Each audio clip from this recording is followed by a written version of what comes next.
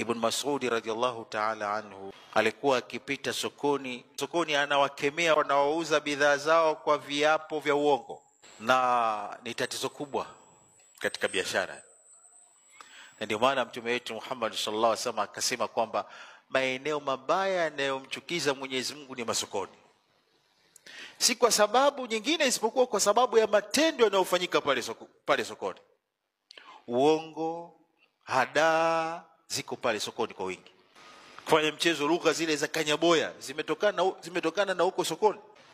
Nakumbuka wakati tunasoma sisi kule Kariakoo, mtaa wa Kongo, tulikuwa tukienda kununua bidhaa, ukifanya mchezo shekhe unauziwa karatasi. Sasa sisi kwa vile tulikuwa ni vijana wa mjini, siku moja mimi mwenyewe binafsi nimekwenda kununua viatu mtaa wa Kongo. Mtaa wa Kongo ulikuwa ni wakorofi sana. Shilingi ngapi? Akasema bei rahisi wakati ule, sikumbuki ilikuwa shilingi ngapi. Nilikuwa nasoma Al-Haramaini wakati huo. Mpa fedha, alafu nikavichukua vile viatu nikaviweka hapo. Alinisukuma ngumi si ya kawaida, akamwambia wewe lete, utapataje viatu kwa bei rahisi namna hii?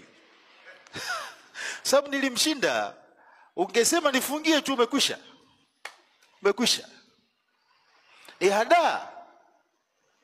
Ni hadaa na wizi ambao unapatikana sokoni.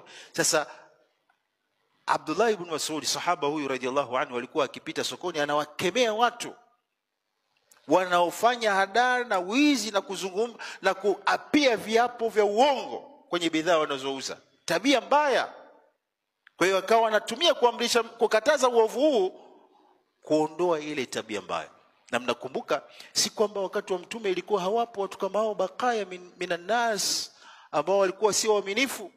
Mtume alikwenda sokoni, akakagua bidhaa, akafika kwenye lundo la unga mtu anauza, kama katia kwenye kikapu au nini, ameonyesha sample ya ile bidhaa anayouza. Pale juu inapendeza kweli kweli.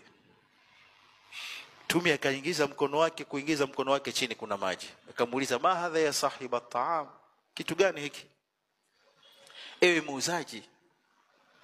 Akasema, asabatu samau ya Rasulullah, mvua ilinyesha ikaloa. Akamwambia, fala ja'altahu fawqa at-ta'ami kay yarahu an-nas, sasa kwa nini sasa